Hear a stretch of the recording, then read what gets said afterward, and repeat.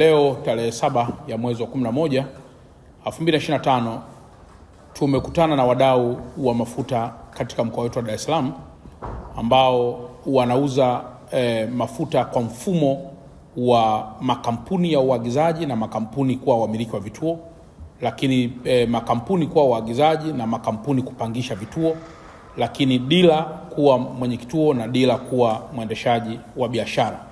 Kwa tumekutana pia na makundi ya aina hiyo kama makundi ya aina tatu. Kikubwa ambacho tumezungumzia ni kuhusiana na masuala ya usalama kwa ujumla wa sekta ya mafuta ama biashara hiyo kwa ujumla, kutoka mkoa wetu wa Dar es Salaam kwenda mikoa mingine, lakini ndani pia mkoa wetu wa Dar es Salaam. Kikubwa tumewaashua kwamba serikali iko bega kwa bega na wao katika nyakati hizi zote kuhakikisha kwamba tuna provide ulinzi wa kutosha katika mazingira yao ili biashara hizo ziendelee kuwa salama nyakati zote. Lakini pamoja na hayo kumekuwa pia kuna role yao kubwa ni kuhakikisha na wao wanakuwa pia na elimu kubwa ya uuzaji wa biashara hiyo, na hasa kupitia uuzaji wa mifumo ya vidumu vya mafuta. Mnafahamu kwamba kuna wenzetu ambao wanafanya kazi kwenye boat za uvuvi. Boats hizi haziwezi kufika kwenye kituo cha mafuta. Mnafahamu kwamba pia kuna minara ya simu inahitaji pia mafuta na minara hiyo haiwezi kwenda kwenye kituo cha mafuta. Sasa kuna utaratibu maalum ambao wenzetu wa EWURA wanausisitiza kuhakikisha kwamba mfumo wa uuzaji wa mafuta huo unakuwa katika hali ambayo iko salama. Pamoja na haya ni kwamba baadhi ya vituo ambavyo vimechomwa moto na kupata madhara ni vile ambavyo vilikuwa vikihusishwa pia na baadhi ya wanasiasa hapa nchini. Na pengine nitoe rai kwa vijana wote kwamba jambo hili si jema hata kidogo, na nisisitize kwamba mkoa wetu wa Dar es Salaam, kama ambavyo nimekuwa nikisema tangu awali, mkoa huu ni mkoa muhimu sana. Kamwe tusije tukajiangalia sisi wenyewe. Tambueni kwamba sisi tunahudumia nchi zisizo na bandari na ambazo hazikutamani kuwa hivyo zilivyo. Yaani ni kama hapa Dar es Salaam kule Kigamboni anapotaka kuja upande wa pili ana option mbili. Moja, anapaswa kupanda boti. Hajatamani yeye kupanda boti. Ni kwa sababu ya namna Kigamboni jinsi ilivyo. Kwa jambo la kwanza tufahamu sisi wana Dar es Salaam inahudumia wenzetu wa nchi zingine.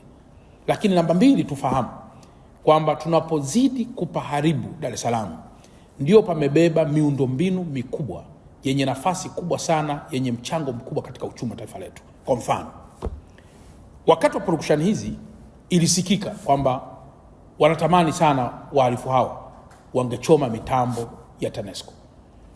Ndugu zangu waandishi wa habari, tuna Kinyerezi 1, tuna Kinyerezi 2, tuna Ubungo 1, tuna Ubungo 2, tuna Ubungo 3 na tuna Tegeta. Hizi gas plants kwa pamoja zinafanya production ya megawatt 952. Na production ya megawatt 952, mtakumbuka kwamba sisi pia Dar es Salaam ndio center kubwa ya upelekaji wa umeme Zanzibar. Maana yake ni kwamba tukibaki giza tumeisababishia Zanzibar pia kuwa giza.